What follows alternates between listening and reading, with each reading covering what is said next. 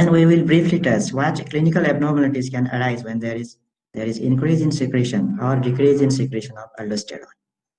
And you have already studied aldosterone in renal physiology also, role of aldosterone in electrolyte balance. It will be a kind of a revision also. Okay, now you know this organ. It is Kidney. kidney. Yes, simple.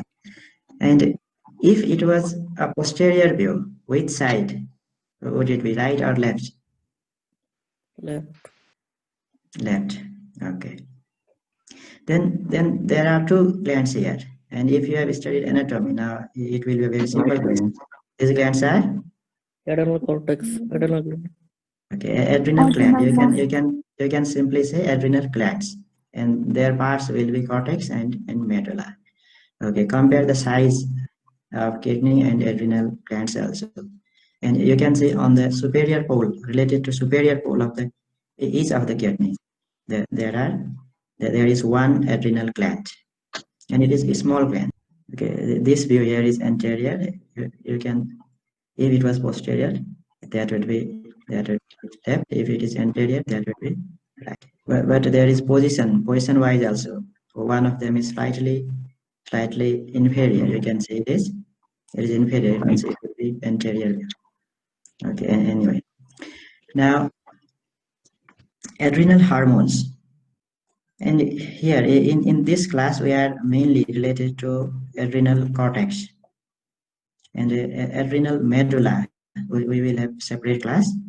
And adrenocortical hormones, they are also called corticosteroids as a group. Corticosteroids. Cortico means cortex, and steroids by their chemical nature. And there are different groups of these hormones, and according to their functions, this have been named as mineralocorticoids, glucocorticoids, and sex steroids. As the name suggests, mineralocorticoids, they regulate minerals in our body, mainly sodium and potassium. They are also called electrolytes. Just if you tend to forget somehow, just try to remember minerals, sodium and potassium, electrolytes, and mineralocorticoids. Then glucocorticoids, glucose related to glucose, carbohydrate. And these regulate not only carbohydrate, but also protein and fats. You can just remember nutrients, just like insulin and glucagon. They have also a role with other nutrients also. And the other group, sex steroids, as the name suggests, they are related to sex related functions, like mainly here male sex hormones. Some of the male sex hormones are secreted, and to lesser extent is estrogen, female sex hormones also. But adrenal cortex is not the major source of sex steroids. The gonads are the major source. And normally their exact contribution is not very clear, but when there is excess of these hormones from the adrenal cortex, when there are some abnormalities like enzymatic abnormalities, they can present with some sex related features, abnormal features. Okay, now we will today cover mineralocorticoids, but we will briefly introduce others also. To begin with mineralocorticoids, the most important one is aldosterone. And physiologically, about 90% of the activity related to these mineralocorticoids among the hormones from the adrenal cortex, it is mainly the aldosterone, about 90%. And it is the most potent of the biologically secreted adrenocortical hormones. And there are others also, like deoxycorticosterone, cortisol, and 9-alpha fluorocortisol. The last one is synthetic, that is used as a drug. And to use as a drug, it has been synthesized in laboratory. And cortisol, you can say it is a major glucocorticoid, but it has some mineralocorticoid activity also. And we will see that due to its higher concentration compared to aldosterone, this activity is also significant. And when there is excess cortisol secretion or exogenous administration as a drug, it can have mineralocorticoid, significant mineralocorticoid activity. Now we know hormones, they have specific actions. Specificity means one hormone acts on specific receptors. But here we are saying cortisol also has some mineralocorticoid activity. How do you explain this mechanism, this observation? We say hormones, they have specific receptors. Specificity is one of the important feature of hormones. And here we are saying cortisol can have some mineralocorticoid activity also. How is it possible? Okay, I will explain it. So Sudeep says related to mutation. Now, when we say specificity, again, it is to some extent relative. And is the specificity property is due to the chemical structures, the three-dimensional structure, where the hormone molecule and the receptor molecule, they interact. And we know these all hormones, they are steroids. They have common origin. And therefore, regarding their molecular formula and structure, there is similarity to some extent. Therefore, in the receptors where aldosterone can bind, the cortisol can also bind, but the degree of binding, the strength of binding, the potency will be less. Therefore, the mineralocorticoid receptors, they can bind aldosterone easily, but cortisol can also bind when it is in high concentration to some extent. Therefore, it is to some extent possible. And it depends on their chemical similarity. Then glucocorticoids. And by evolution, when these different hormone systems are formed, there might be role of mutation. You can describe in terms of evolution also. It is again same thing. Now, glucocorticoids. The most important one is cortisol. Just like the most important mineralocorticoid, aldosterone, most important glucocorticoid, natural one is cortisol. And it accounts for more than 95% of the glucocorticoid activity, natural glucocorticoid activity. Means the activities related to the glucocorticoid hormones in our body, out of those, most of it is 95% is contributed by cortisol. And others are corticosterone, cortisol. Then there are some synthetics also used as drugs, prednisone and prednisolone. They are related to in some way. Methylprednisolone and methylprednisolone and dexamethasone synthetic. And these synthetic ones, they have more specific actions. For example, this dexamethasone, it has glucocorticoid activity only, but insignificant mineralocorticoid activity as compared to cortisol. Just remember, the most important mineralocorticoid is aldosterone, and most important glucocorticoid is cortisol, the natural ones. Then this is cross section of the adrenal gland, and you can see cortex, as the name suggests. The cortex is the outer layers, and the medulla is the inner one, the central. And you know, medulla is related to the. Do you remember which hormones are secreted from the medulla? Adrenaline. But it is related to the sympathetic activation. When there is widespread sympathetic activation, this adrenal medulla will also be activated and will secrete adrenaline, and to some extent noradrenaline. But in the nerve endings, the major one is noradrenaline. Here the major one is adrenaline. Then the outer part, the cortex, is again divided into 3 layers. If we have studied histology, now it is simple. The outermost is zona glomerulosa. The next to it is zona fasciculata, and then the innermost of the cortex is zona reticularis, but it is outer to medulla. Now, these 3 different layers, they have different secretory functions. Zona glomerulosa mainly secretes aldosterone. Fasciculata mainly cortisol, and to some extent sex steroids also, and zona reticularis, mainly sex steroids, and to some extent these glucocorticoids also. And among the sex hormones, sex steroids, mainly the male sex hormone androgens will be there, and to some extent female ones also, estrogen. And if we remember the pathway for the secretion of these different hormones, it will be easier to see how these different hormones are related. And medulla is responsible for secretion of adrenaline. And now here, adrenaline is like a hormone, not a neurotransmitter. It will come in blood and will be distributed, transported throughout the body.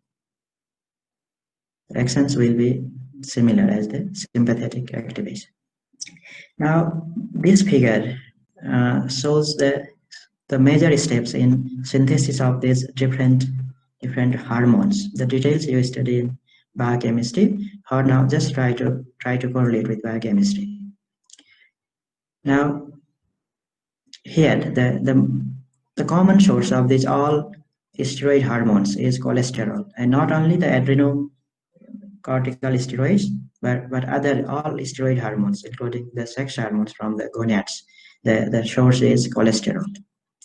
Then this cholesterol is converted to pregnenolone, and then progesterone. Now remember this female sex hormone. Okay, and this step, conversion of cholesterol to pregnenolone by cholesterol desmolase, this enzyme, is one important step, and many of the regulations occur here by increasing or decreasing its rate. It is also a rate limiting step. Now, after progesterone, you can see that there are different possibilities, different pathways. If these hormones, action of these hormones, 17 alpha hydroxylase, I am not going into the detail of the enzymes, it will lead to this glucocorticoid pathway. And on this side, there is sex steroid pathway.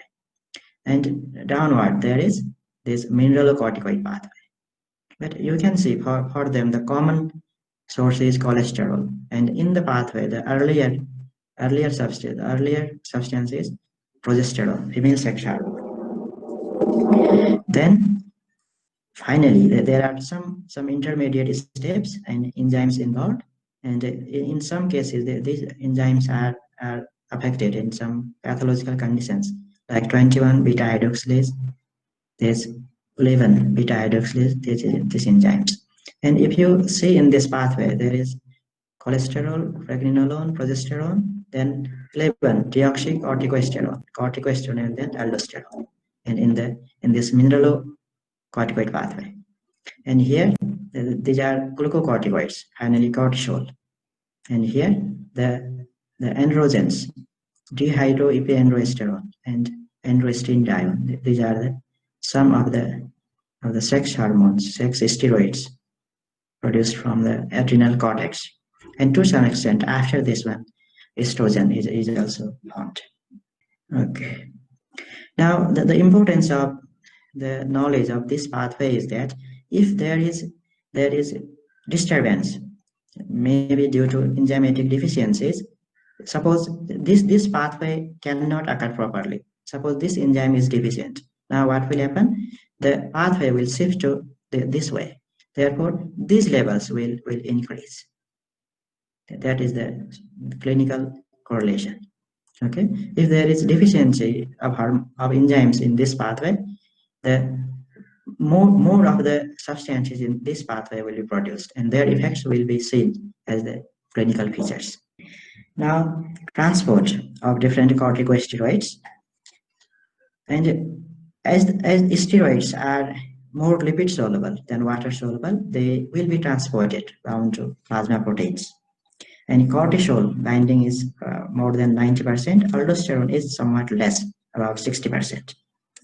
And metabolized, they are metabolized in the liver to inactive substances, and then these substances are excreted by the bile and to some extent by the kidneys also. And therefore, in case of liver diseases, these hormone levels might be affected, will be affected. And regarding the receptors, for lipid soluble hormones, the receptors will be intracellular, and in this case, these lie in cytoplasm. And for thyroid hormones, we have seen they are in the nucleus. Still, in some classification, the intracellular receptors, all of them are classified as nuclear, and in some contexts, they say cytoplasmic and nuclear. If there is only cell surface and nuclear, if there is this two classes, the cytoplasmics are also kept under nuclear. To be more specific, these are cytoplasmic. But if you do not have this option cytoplasmic, you will go for nuclear. Okay. Now in this table, we try to compare the activities, glucocorticoid and mineralocorticoid activities of these different hormones from the adrenal cortex and some synthetic cells. Now, in this column, there is plasma level concentration, and here it is glucocorticoid activity, and it is relative activity. We take activity of cortisol, the major glucocorticoid, as 1, both for glucocorticoid and mineralocorticoid activity. We are taking the activity of cortisol as 1, and then you can see here we'll compare with aldosterone first. See here. First, concentration. Cortisol, 12 microgram per deciliter per 100 ml, and aldosterone, this is much less. You can see around 3,000 times less. Now, activity, glucocorticoid activity of aldosterone is only about 1/3, you can see here, as compared to glucocorticoid. Mineralocorticoid activity is 3,000 times more.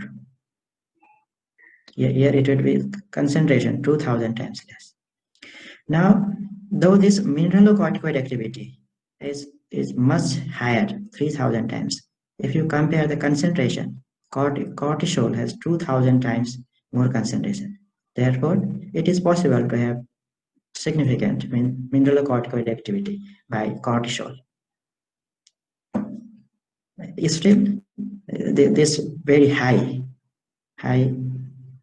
mineralocorticoid activity of aldosterone makes it the most important mineralocorticoid. If there is excessive secretion of cortisol or use as a drug, it can have mineralocorticoid activity also.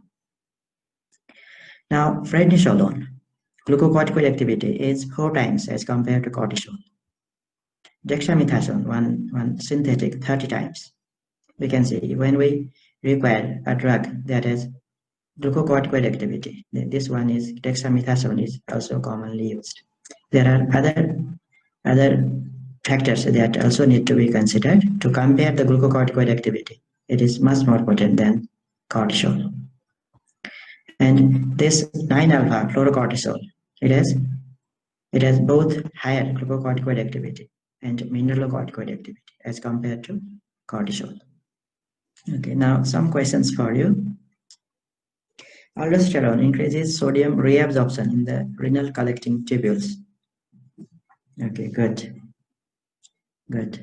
Aldosterone, you have studied the role of aldosterone in sodium balance, in sodium reabsorption, and it is one important hormone that increases sodium reabsorption in the renal collecting tubules, and to some extent distal tubules and cortical duct cells, mainly collecting tubules.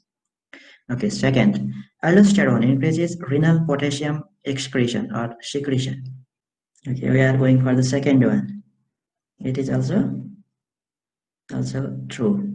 Okay, good. These two important functions, do not forget, never forget these two important functions: sodium reabsorption and potassium secretion.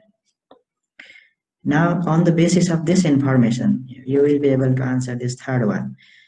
Hyperaldosteronism means high levels of aldosterone will present with hypotension. The clinical feature will be decrease in blood pressure. Is that correct in case of increase in aldosterone level? Last one. We are now going for the last one. Hyperaldosteronism will cause hypotension. Hyperaldosteronism, hypotension. How is sodium level and blood pressure related? Aldosterone increases reabsorption of sodium, means there will be retention of sodium in the body. It will not be lost in urine. If there is more sodium in the body, retention of sodium in the body, will it cause hypotension or hypertension? Okay, hypertension. How are sodium and blood pressure related? What is the connection mechanism behind this relation? Mechanism. Okay, good. When there is increase in sodium reabsorption, water will also follow due to the osmotic factors. Therefore, there will be increase in extracellular volume. Extracellular volume determines blood volume also.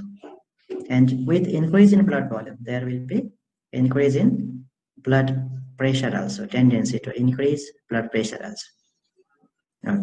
Okay, good. Therefore, extracellular volume, extracellular fluid volume and blood pressure, they are related directly to the sodium level, sodium content in the body, sodium content. But it may not be true for sodium concentration. Is there any difference? Sodium content of the body and sodium concentration. Is there any difference? Is it possible to have dissociation between total body sodium content and sodium concentration? Which one is? Okay, maybe. So this is maybe. Can you give any examples?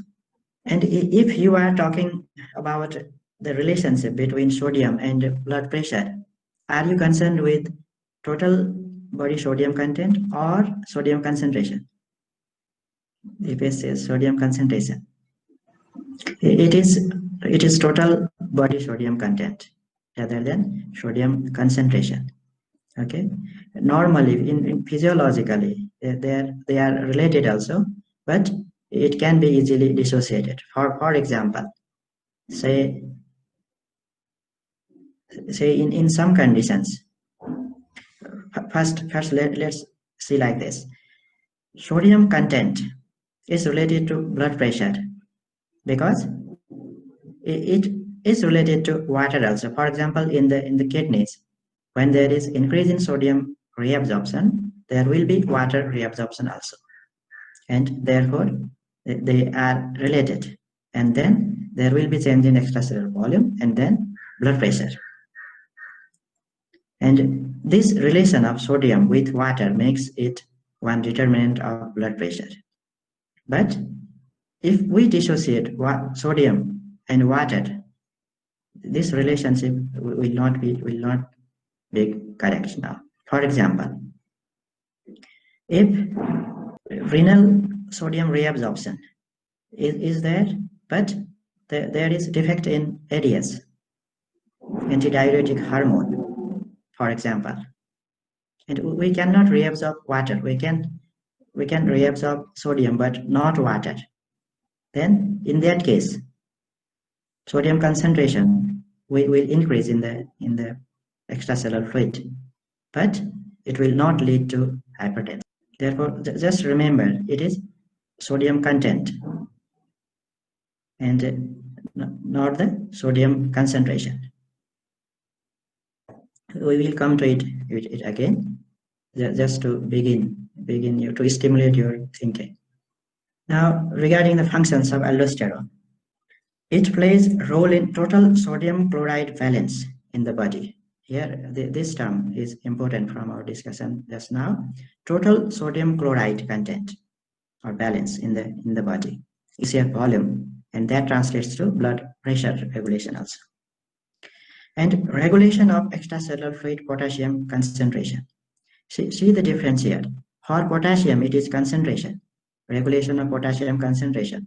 But for sodium, aldosterone is related to total sodium chloride content. It is because Aldosterone increases sodium reabsorption, and it will be followed by water reabsorption also.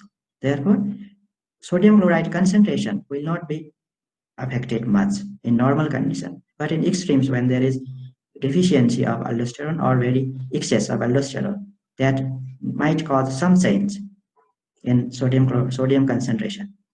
But aldosterone, as a physiological hormone, it will mainly regulate the sodium chloride content of the body. And when we talk about concentration, it is related to water also. When there is increase in sodium chloride concentration, the major player hormone will be antidiuretic hormone. For example, when there is increase in sodium chloride concentration, there will be increased osmolarity, and that will activate antidiuretic hormone secretion, and that will purely absorb water, reabsorb water, and that will again take the sodium chloride concentration back to normal. Therefore, regarding the concentration, the antidiuretic hormone is more important. And regarding the total sodium content of the body, aldosterone is more important. And besides this, dietary intake is also important. Dietary intake of both sodium and also drinking intake of water also.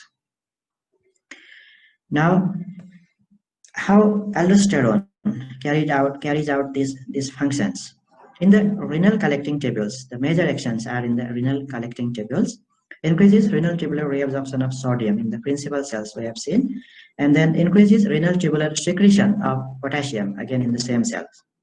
And here the action is opposite in sodium and potassium. And there is increase in acid secretion and therefore excretion also in the intercalated cells. Therefore, aldosterone has relation with the acid-base balance also. In case of aldosterone abnormalities, there is the chance of acid-base imbalance also.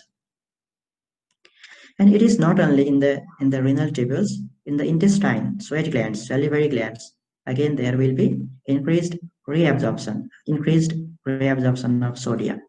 Therefore, for example, in sweat glands, when there is excessive sweating, there is chance of sodium loss, electrolyte loss and imbalance.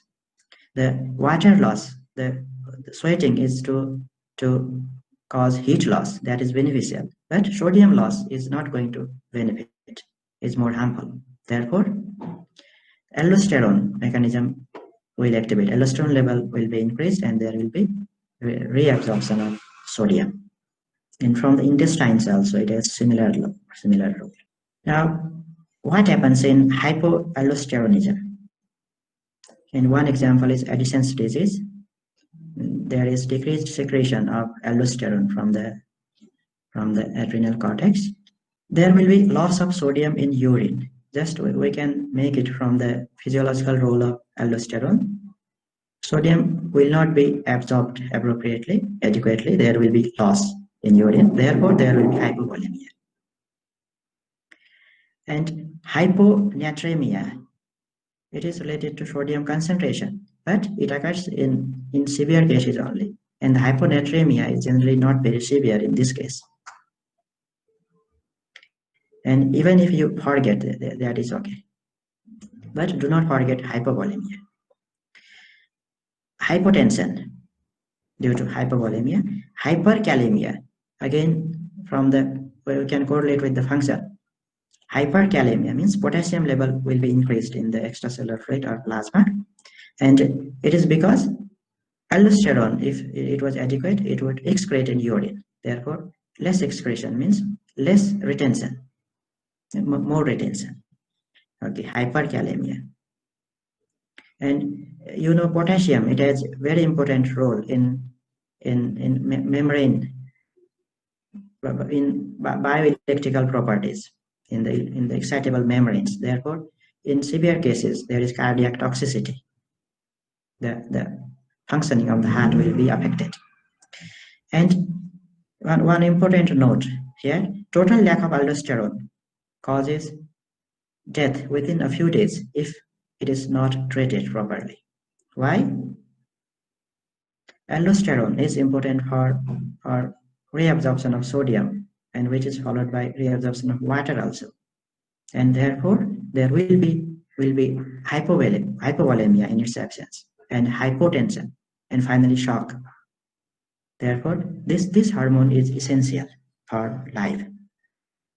And if there is total absence due to some cause, we have to give this hormone as a drug, or when it is immediately not possible, increased intake of salt is very essential.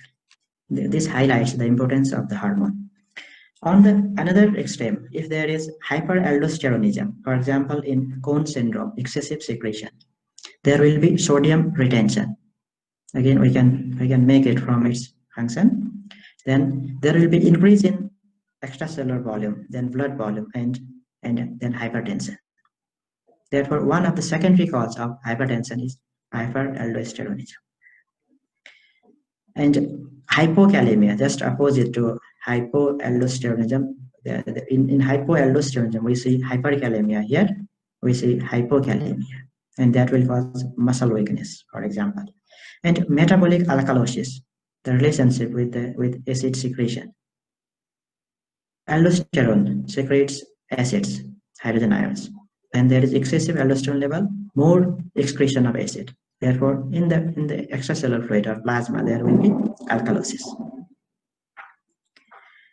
Now, what will be the effect on extracellular fluid sodium concentration? Not total sodium content, but sodium concentration.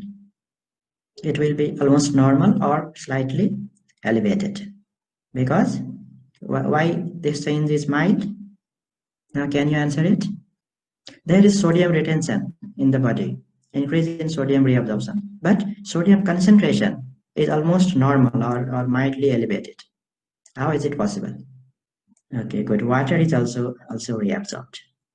Therefore, concentration, it depends on the amount of solute and the volume of the solution or the solvent also. Therefore, water is also being reabsorbed. Okay, good. Now, there is one phenomenon called aldosterone escape. It means when there is continued excess of aldosterone in the body, there will be increase in reabsorption of sodium, and finally leading to sodium retention in the body. But after some days, there will not be further increase in sodium content of the body, and therefore in some way the body is escaping the effect of aldosterone. Therefore, it is called aldosterone escape. If there is increase in aldosterone level and there is continued increase in sodium body content, we can imagine there will be a continued increase in extracellular volume, continued increase in blood pressure. And if there is no mechanism to check, it might go to infinity, theoretically. But it does not happen. There are some mechanisms by which after some time there will be no further increase in sodium content in the body, and we call it aldosterone escape. Now see this figure here, and this top figure is related to arterial pressure, and this one extracellular fluid, and this one urinary sodium excretion. It is opposite of reabsorption. Okay. Now in the horizontal axis there is time. And here this is 0 point, and here it is 6-7 days, 1 week, say 1 week. And here there is aldosterone injection. Means what will happen? You can see this one or the lower one. There will be more excretion of sodium. That is equivalent to less reabsorption. There will be more excretion of less excretion of sodium. The lower one is negative one. Decreasing excretion means increasing reabsorption. Increasing reabsorption will also increase water reabsorption. Finally, extracellular fluid volume will increase like this. Okay, and this will lead to increase in blood pressure. But after some time, you can see this blood pressure is now almost at the level. it is certainly higher compared to the baseline here, but it is now constant at a somewhat higher level. Okay, now how do we explain it? With increase in blood pressure, what happens? There will be increase in loss of sodium and water in the body due to pressure diuresis and pressure natriuresis. With increase in blood pressure, there will be slight increase in GFR, and that will lead to much increase in urine and sodium loss in the urine.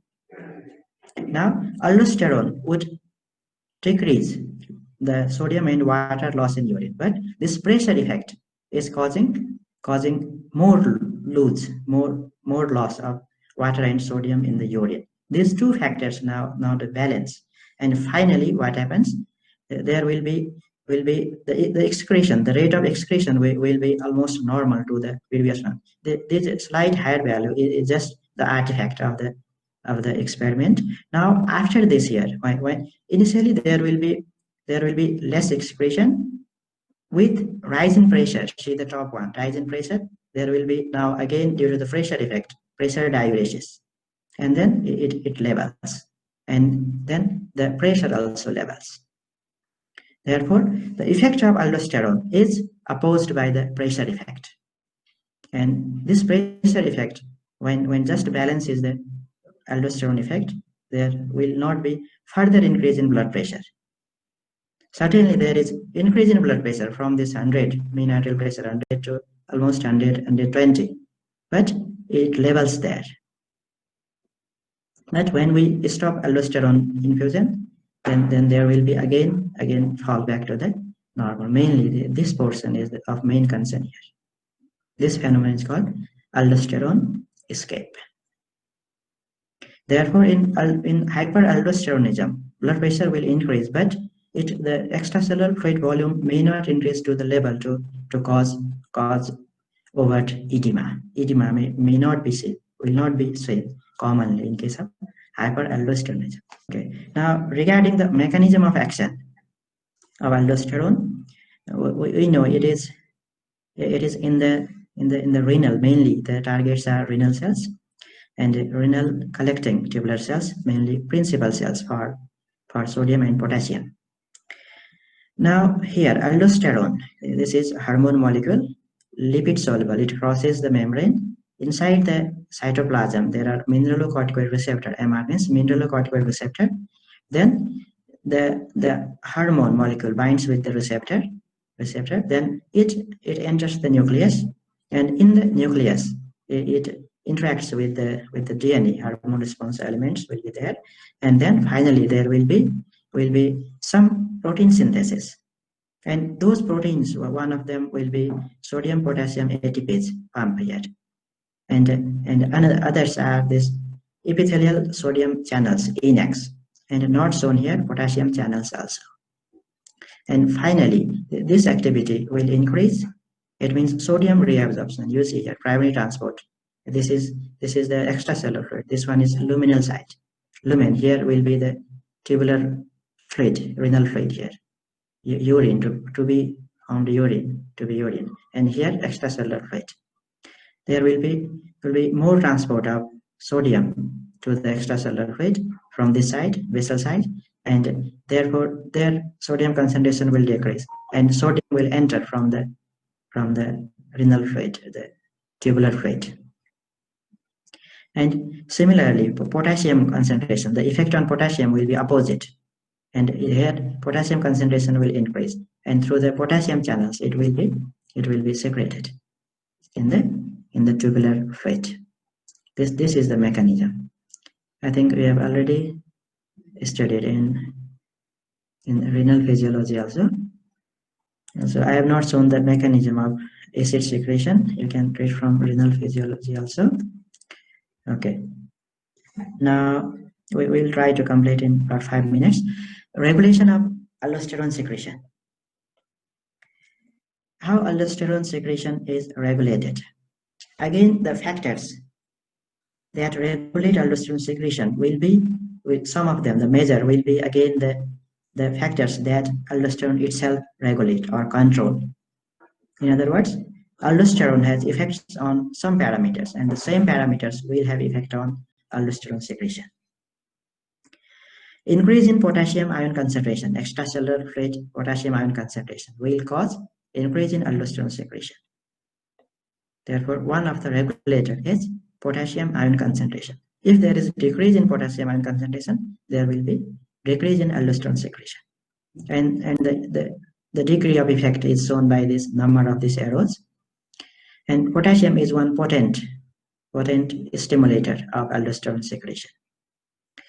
And you can see then when there is increase in potassium concentration, aldosterone secretion will increase, and it will excrete potassium, and therefore potassium ion balance concentration will be balanced. And another one is angiotensin second concentration.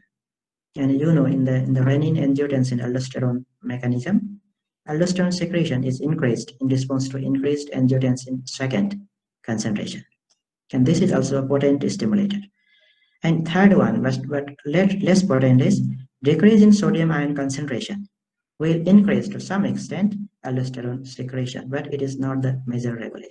Remember, the sodium content is related to aldosterone secretion, but relatively less important is sodium ion concentration itself. Now another point, ACTH, adrenocorticotropic hormone or corticotropin, is necessary for aldosterone secretion. There is the presence of ACTH to an extent is required for aldosterone secretion, but increase in ACTH will not increase aldosterone secretion. A minimal amount of ACTH should be present, but it will not regulate aldosterone secretion, and we call it permissive effect, because aldosterone secretion will not be affected will not be changed or will not increase or decrease proportionately with ACTH, but its presence is required to permit the secretion of aldosterone. We call it permissive action cells. Okay, and we mentioned this term in case of thyroid and the adrenaline or adrenergic hormones, also the adrenaline, and there we mentioned the synergistic effect and permissive role also, and that when there is thyroid hormone, presence of thyroid hormone, the beta receptor mediated function of adrenaline or noradrenaline can occur adequately, or this effect will be more enhanced. Similarly here, and it is even more important than that. This example is a better example. Here, for action of angiotensin second or other factors to secrete aldosterone secretion, ACTH presence is required, just as a permissive action. In other words, for the action of angiotensin second on the adrenal cortex to secrete aldosterone, the ACTH acts as a permissive role. Okay. Now you have already seen this figure, how angiotensin second is secreted, how its secretion is increased, and then aldosterone mechanism is activated. You can see here hypokalemia will stimulate renin secretion, and that will increase angiotensin second synthesis, and it will act on adrenal cortex to secrete aldosterone, and there will be increased sodium and water reabsorption, and finally the hypokalemia will be corrected. And you can see here the hypokalemia, total sodium content and water content, then together sodium and water content, they determine the volume, and that regulates aldosterone secretion, and therefore effect of aldosterone is also on the volume, not exactly the concentration. Okay, now some questions for you. Do you have any questions? Okay, now you will answer these questions. The first one, I've forgotten to give numbers. Here you can say 1, 2, 3, 4. Aldosterone increases sodium reabsorption in the renal collecting tubules.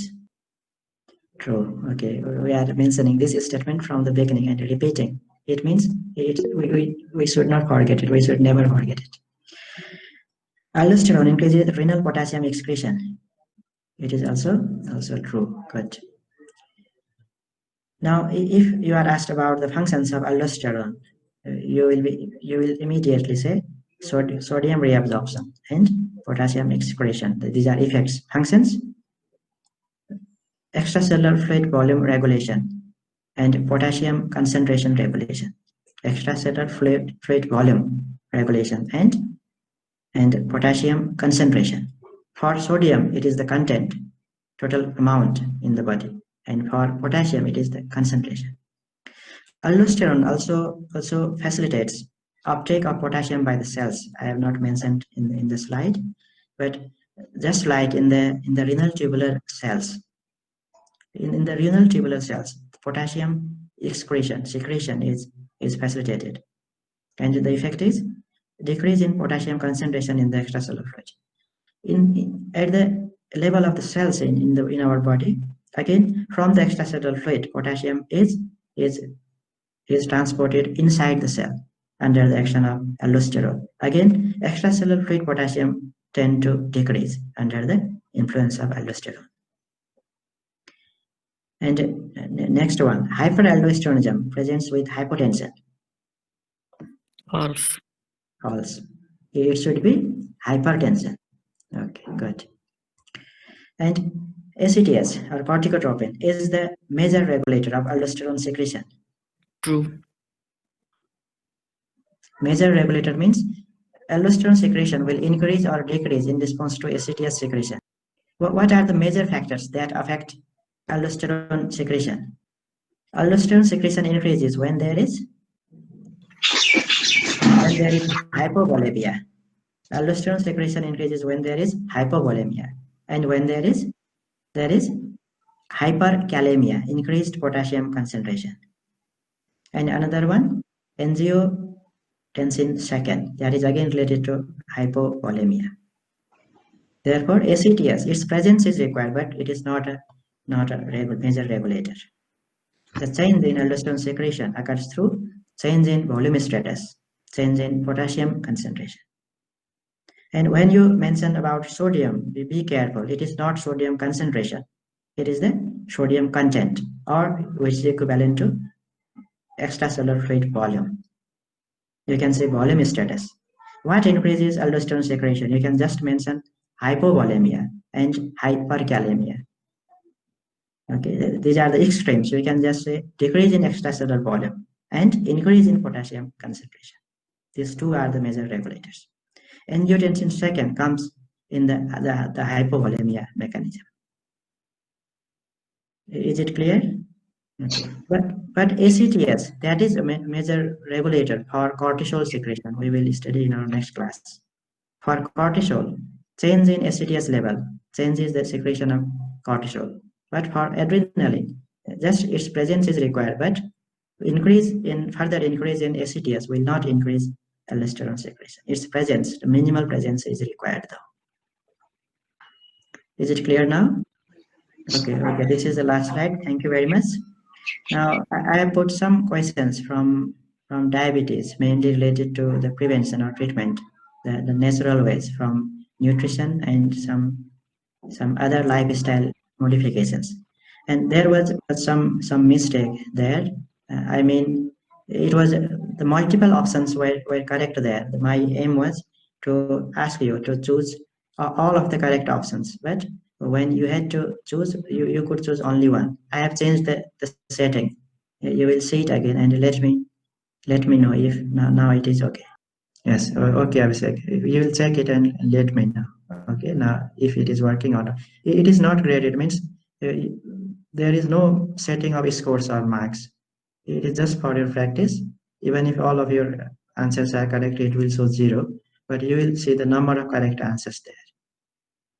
Okay, thank you very much. And next we will study cortisol.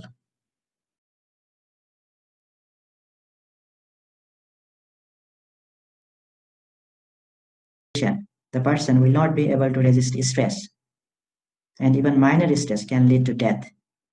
It is one common finding. There is no doubt in this observation. But the exact mechanism is still not completely understood. And there are some hypotheses. Now, let's talk about what stress is. When we talk about stress in physiology, what it actually means. And in our normal speaking, we take stress as psychological stress, mental stress. And here, that is one component that is also stress. And it is not the complete definition. There are important other aspects also. Now here we will define stress as real or perceived threat to homeostasis. We know homeostasis is central to physiology, the mechanisms in our body. And different mechanisms will try finally to maintain homeostasis. When there is any threat to the disturbance to homeostasis, that will be called stress. For example, when there is trauma, what happens? There is chance of bleeding, for example. When there is bleeding, the homeostasis will be altered. And finally, that will lead to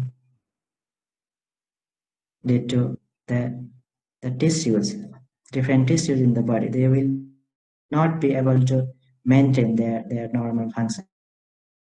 Therefore, trauma is stress. Infection also can finally lead to disturbed homeostasis. And intense heat or cold, it will challenge our body temperature regulation. Again, will disturb homeostasis. Surgeries, they are also surgery. That is also a kind of, when we give incision, that is also a kind of trauma, though exactly not defined as trauma.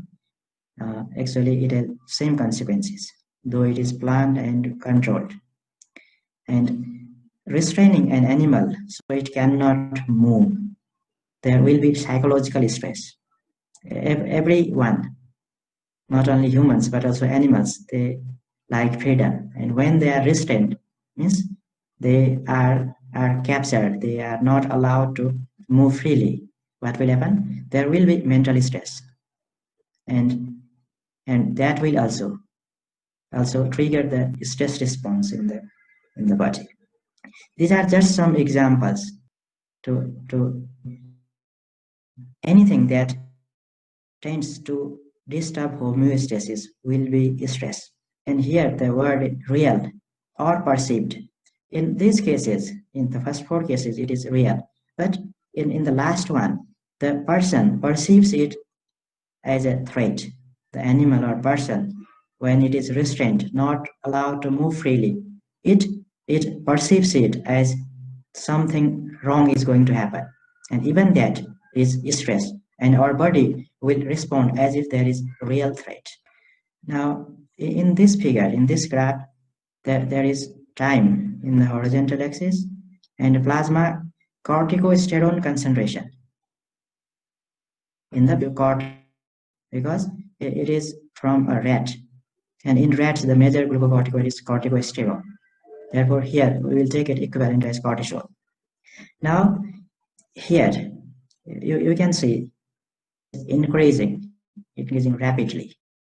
Okay, and it is after fracture of tibia and fibula. First one is in seconds and later in minutes. Okay, here when there is fracture injury to some bones, what happens? After some minutes, there is increase in cortisol level.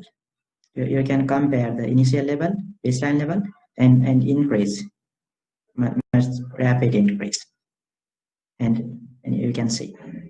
And this rapid rise in cortisol is considered as one response to stress. When there is injury, fracture, there will be immediate within elevation. It may take some more minutes or even hours, but at least it is clear that in response to and stress, there will be sudden rise in cortisol level, glucocorticoid level. And these observations are, and it can occur in response to any type of stress. Now, what is the possible mechanism? As we have already mentioned, it is not very clear, but some suggestions, hypotheses are increased availability of blood glucose. It means when there is increase in stress, that is, in other words, a threat to homeostasis. When there is increased blood glucose level, increased availability of glucose and fatty acids for their use for energy.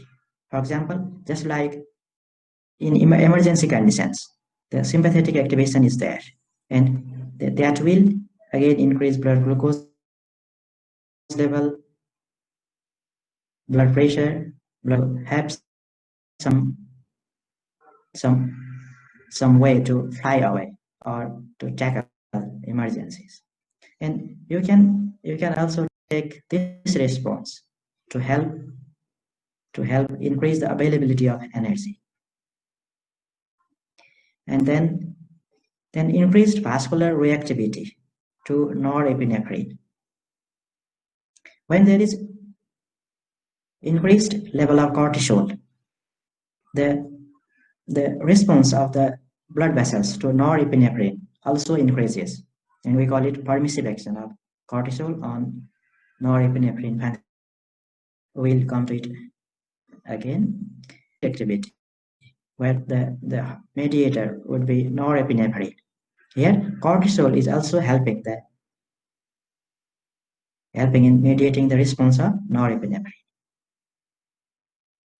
In these ways, it may help to resist stress. Regarding the anti-inflammatory effects and also anti-allergic effects of cortisol, these effects are observed only at high plasma levels of cortisol.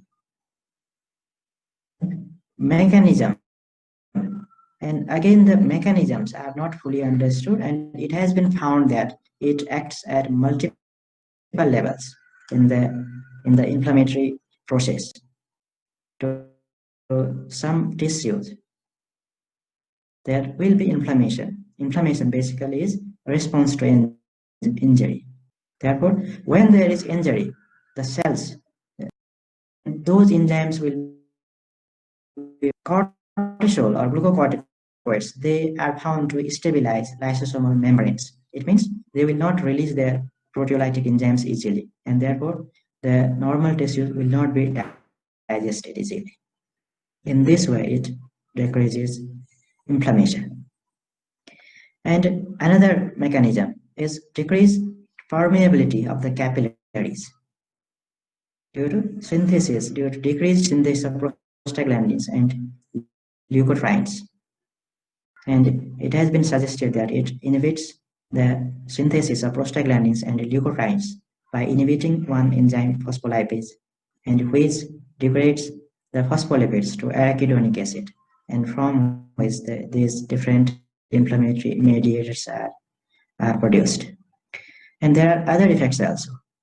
Migration of WBCs, leukocytes, is decreased, and their activities, phagocytosis, will also be decreased, and lymphocyte proliferation will also decrease. Therefore, in high concentration of cortisol, that may be used as a drug also, and there will be low lymphocyte count. See the anti-inflammatory effect. And it also inhibits the release of interleukin-1, that is one fever producing inflammatory mediator, and we call it antipyretic effect. And to act as an anti-allergic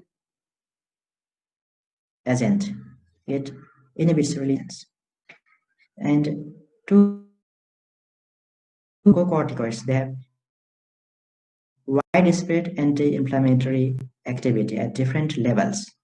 Remember that when it is used as anti-inflammatory agent, it will be beneficial only when the inflammation and injury. And when this response is useful, more useful than harmful, corticosteroid use will not be helpful. That may be dangerous. But in conditions when inflammatory response itself is causing damage than benefit, in that condition, when inflammatory response is required to be suppressed, in that condition, glucocorticoids will be helpful. For example, rheumatoid arthritis. There is excessive inflammatory response, and that is leading to the symptoms and injury to the normal tissue, surrounding tissues. In that case, it will be helpful. But the response generally tries to defend the infection. And if we give glucocorticoids in a patient with latent tuberculosis, that may cause severe life-threatening complications. Then Physio as anti-inflammatory agent, and we have seen it suppresses lymphocytes also, and they have very central role in immunity, and that is a way to suppress inflammation also. Therefore, we have to be careful to use glucocorticoids. And in some life-threatening conditions, it can be life-saving also. For example, in anaphylaxis, corticosteroid is one life-saving drug. Therefore, we have to be careful. In some cases, it is life-saving. In some cases, it may be. Now, to talk about permissive actions of cortisol, and you can remember these two hormones, glucagon and catecholamines, noradrenaline. What is the effect? In the presence of cortisol, effects. It is called permissive because it will not directly will facilitate the full response to these hormones. To say in other words, if there is cortisol, glucagon and catecholamines, they will have their full calorigenic effects. In the absence of cortisol, they cannot have their full calorigenic effects. And another effect for catecholamines to exert their in the absence of cortisol, pressure response means in the blood vessels, vasoconstriction in response to norepinephrine. That will not be so prominent if there is no cortisol. But even a certain level of cortisol, presence of certain level of cortisol will help in mediating these responses. At the molecular level, hormone receptor level, this is one target cell, this cell membrane, and this is the drug in the blood, in the extracellular fluid, you can say. Now, being lipophilic means it's soluble.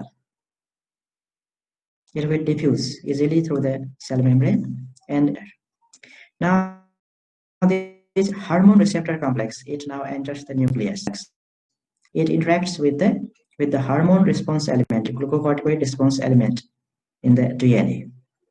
And then it will facilitate transcription of some mRNAs, or it will inhibit transcription of some others. And then finally, there will be alteration in protein synthesis, maybe various enzymes or other proteins. And through those proteins, change in those proteins, the final effects will be mediated. And here just remember, lipophilic hormone being lipophilic, the receptors are cytoplasmic. And finally, the response is, most of the response is through interaction with the hormone response element, and finally protein synthesis. Some of the effects are with this protein synthesis mediated mechanism, and that is true for all lipid soluble hormones, many lipid soluble hormones, and their exact role is not fully understood. But if you have to talk about the major mechanism, you will mention this intracellular receptor mediated mechanism. Okay. Now regulation. We have seen the different functions and mechanisms of action of cortisol. Now there should be some mechanism to regulate its secretion. For example, there is stress, and it increases at the time of stress, but at other times it is not increased. And when it is increased, it will not increase indefinitely. There will be some checking mechanisms. Now, regulation means how these mechanisms, being the important function of cortisol, the central trigger will be stress. Okay, when there is increased level of stress, maybe physical or the secretion of corticotropin releasing hormone or factor from the hypothalamus. Now you can see the term stress is vague, and many ways can produce, there can be many factors that can produce stress, and how it exactly lead to the increased secretion of corticotropin releasing factor is not fully understood. And stress, that is physical or mental, it finally will lead to increased CRF secretion. For emotional stresses, there is likelihood of and there will be the involvement of limbic system. You will study in your neurophysiology. Limbic system is related to the regulation of emotions. Therefore, when there is mental stress and even the physical stresses, many of them will finally lead to mental stress also. For example, injury, infection, and there may be direct role of physical factors also. Anyway, for example, if there is mental stress, the limbic system area will finally feed to the hypothalamic area that secrete corticotropin releasing factor. And similarly, finally, the physical factors, they also finally act on hypothalamus. And then this corticotropin releasing factor that will act on anterior pituitary to increase secretion of ACTH, adrenocorticotropic hormone, or corticotropin. Now this hormone, it will stimulate secretion of cortisol from the adrenal cortex layer, zona fasciculata. Now cortisol level will increase. Now this cortisol level will provide negative feedback inhibition to the anterior pituitary and the hypothalamus. If stress continues, not take cortisol level exactly to the baseline. Therefore, the stress is more powerful than the negative feedback on hypothalamus and pituitary. But when stress is action, this cortisol, or by the removal of the stress initiating stimulus, finally there will be, now the opposite effect will be there. There will be less synthesis of corticotropin releasing factor from the hypothalamus and then from the anterior pituitary, and finally cortisol level will decrease. Here also you can see the negative feedback mechanism mediated through cortisol and through stress also. When there is increased stress, there are mechanisms to decrease stress. Okay, and hence the body will try to maintain homeostasis.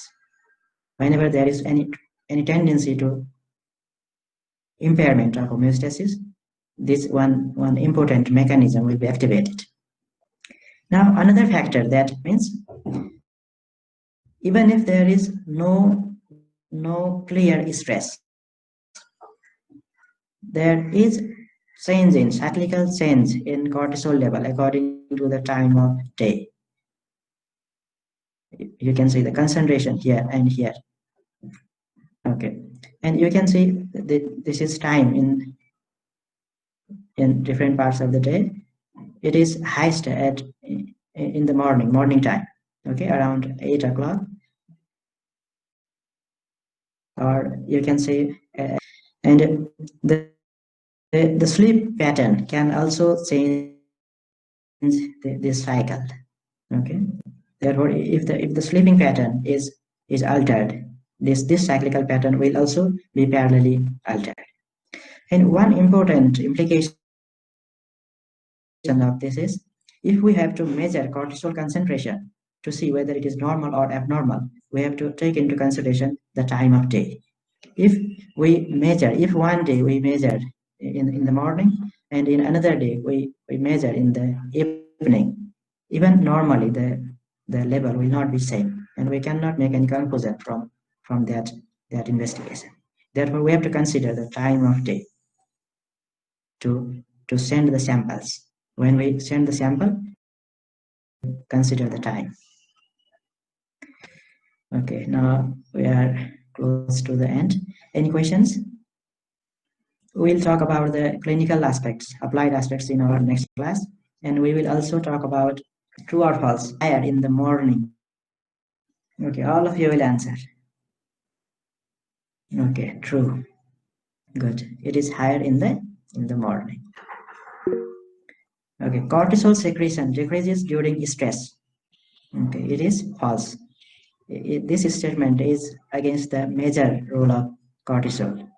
Cortisol level increases, and you will never forget it.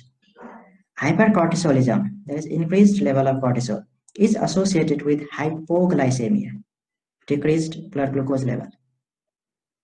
Okay, false. It should be hyperglycemia. Increased cortisol level will cause hyperglycemia. Okay, good.